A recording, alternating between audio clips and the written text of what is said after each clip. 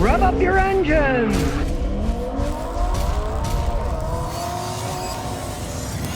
Here's a Nissan Xterra. It's got 460 something thousand miles on it. The guy bought it over 400,000 miles ago, so he's getting his money's worth. He bought it used for 17 grand.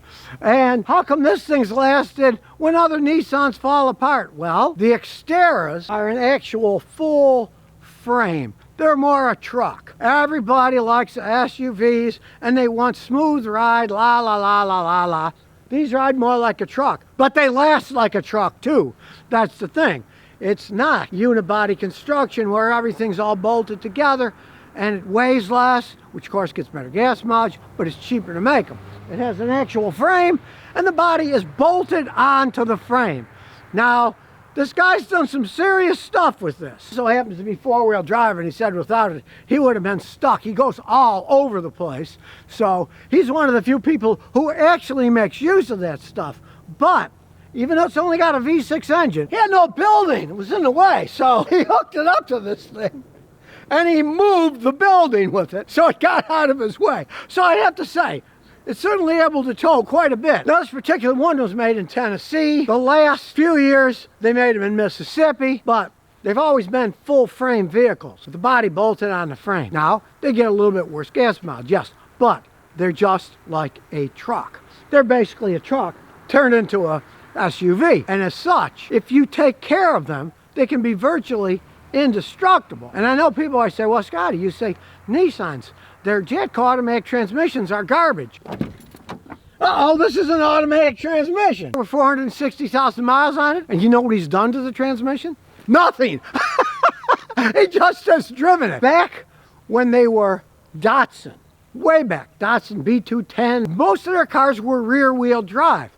They had decent transmissions. This is when people started buying Datsuns because they saw, ooh, they make these sports cars, they don't leak oil, they get good gas mileage, and they run great, and they don't break down, which was something that the world had never seen before. Then, of course, Datsun became Nissan. They wanted a name change. That didn't really do anything. It was just a name change. Renault took over in 2000, and the quality started to go downhill, and in the interim, they were having problems anyway. That's one of the reasons that Renault was able to buy them pretty cheap, preferably to front-wheel drive, better gas mileage, cheaper to make, but the front-wheel drive Jatco automatic transmissions have always been crap. A lot of the modern ones are still crap. The CVTs are even worse crap. This is four-wheel drive, but the main plant is automatic transmission. That's a rear-wheel drive transmission. And if you've ever known anybody own a Nissan Titan or a Frontier, those are pretty good transmissions. They can last a long time. So you can throw everything out and even throw the baby with the bathwater when you're talking about Jatco transmissions, if you're talking about trucks and rear-wheel drive. Pretty good transmissions. This says 460 something. Tranny's never been touched. I've had customers when I was in Houston and had these things. They went to hell and back. They never got stranded. They're high enough. They're not outrageously high. You can raise them if you want, but with a four-wheel drive, you're not going to get stuck with one of these things, and they are well made.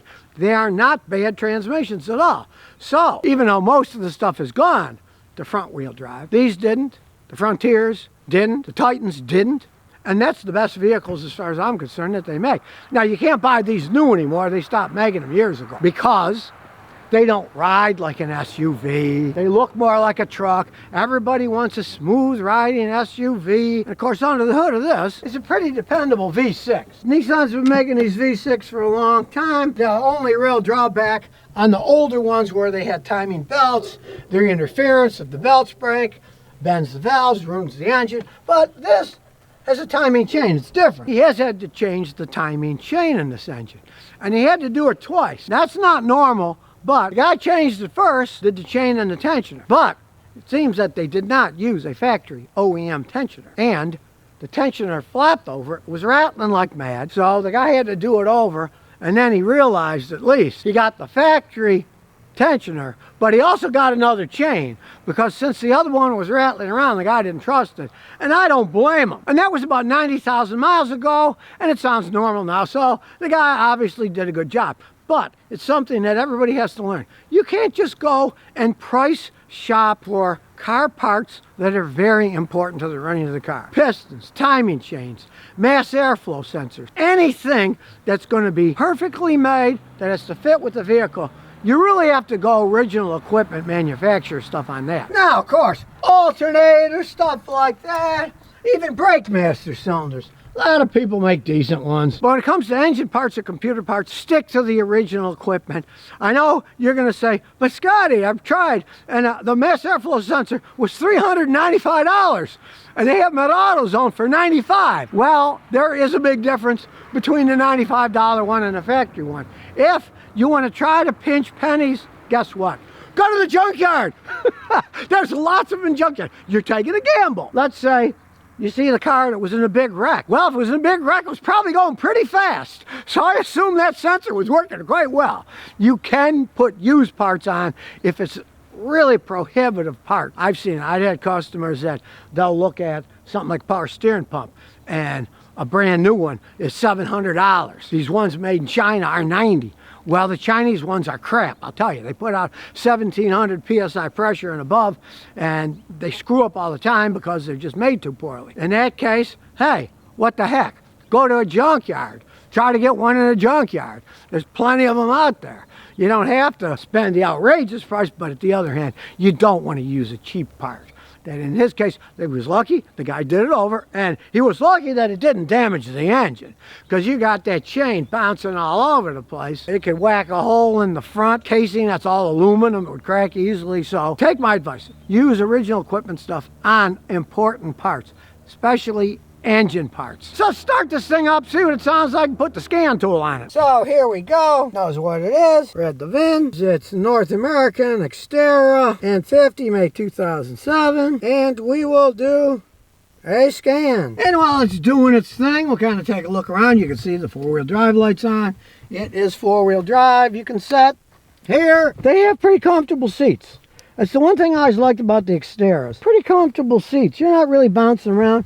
And look at all the stuff he's got in here. Man, he could fit a lot of stuff in this. He uses it for making a living, and it's really not a bad choice. Let's see what kind of shape it's in here. Can scan everything. The car, so it's going to take a little bit of time. You can see it's got one fault code in the engine system, some in the body control module, so we'll see what they are. It is a 2007, but it still has a lot of computer stuff on it. The body control module controls all kinds of electronics. A lot of it will probably be nonsensical things that people don't care about door windows or blah, blah, blah. We want to see basically what health it's in, and it's stalling out on them every once in a while. We want to see why it's doing that. Everything else is good, but we'll look at the engine first. It's got one code, and it's got a code for the crankshaft position sensor circuit. Look at the BCM, which has a few codes here. Okay, well, we really don't care. All of these codes. But for the tire pressure monitoring system, I imagine that isn't even in existence anymore. I assume the sensors have long broken. They may not even exist anymore. They might have been thrown away and regular valve stems come in. So that we don't care about at all. The only thing we really care about is the crankshaft position sensor code.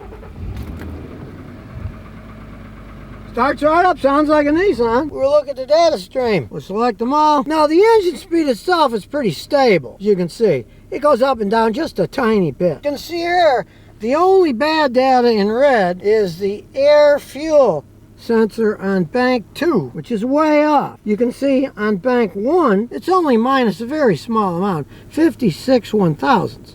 Where for bank 2, it's way off. So what we're gonna do here is we're gonna graph it. As you can see, it's not moving. Look at bank 1. Bank 1 is staying at a good level. It's not high like the other one. You can see they're both about the same, 1 and 2. But 2 is giving weird data. So what we're going to do is we're going to reset the codes and take it for a drive. Clear the fault codes. See what the fault codes say now. There aren't any codes. So let's take it for a spin. Now I got to say, that transmission still shifts like a dream. Still handles pretty good too. Hey, the suspension's not worn out. Now, you can hear the tires, but he's got relatively aggressive tires on this thing. You need that if you're going to do off-road stuff. So what you live with? You live with a little noise. Give it a little gas.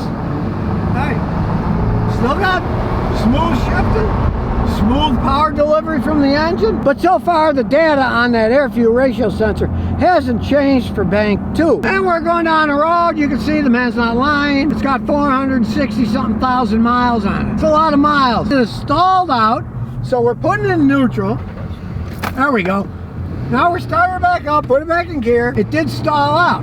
And we're going to look at the data when we get back. Now there's a rarity for me, because having worked on cars for over 54 years, machines generally fear me, and they don't act up when I'm driving them. He got lucky that it did it while we were driving down the road, because a lot of times they won't act up when I'm driving them. So here we go back in to look at the data. It's a good thing that I erased the codes, because what came back? The crankshaft position sensor circuit, which makes total sense because it measures the crank. That's what sets up both the fuel injection and the ignition system. If it stops giving a signal, exactly what happened will happen.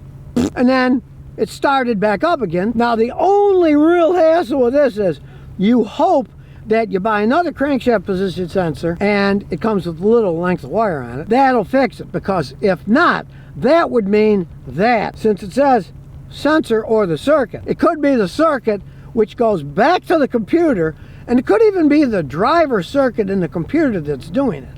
But the first thing you do is change the sensor, check the wiring, make sure it's not frayed or anything, and most of the time that'll fix the problem.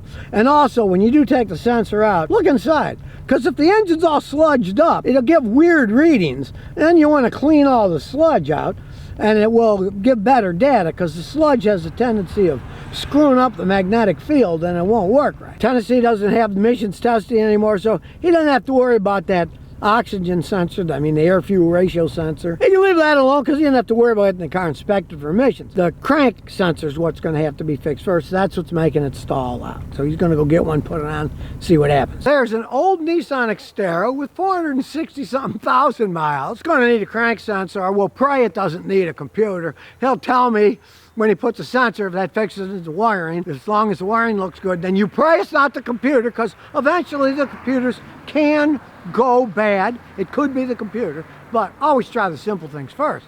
But the car itself, hey, solid frame, four-wheel drive, totally reliable transmission, doesn't burn that much oil with all those miles on it.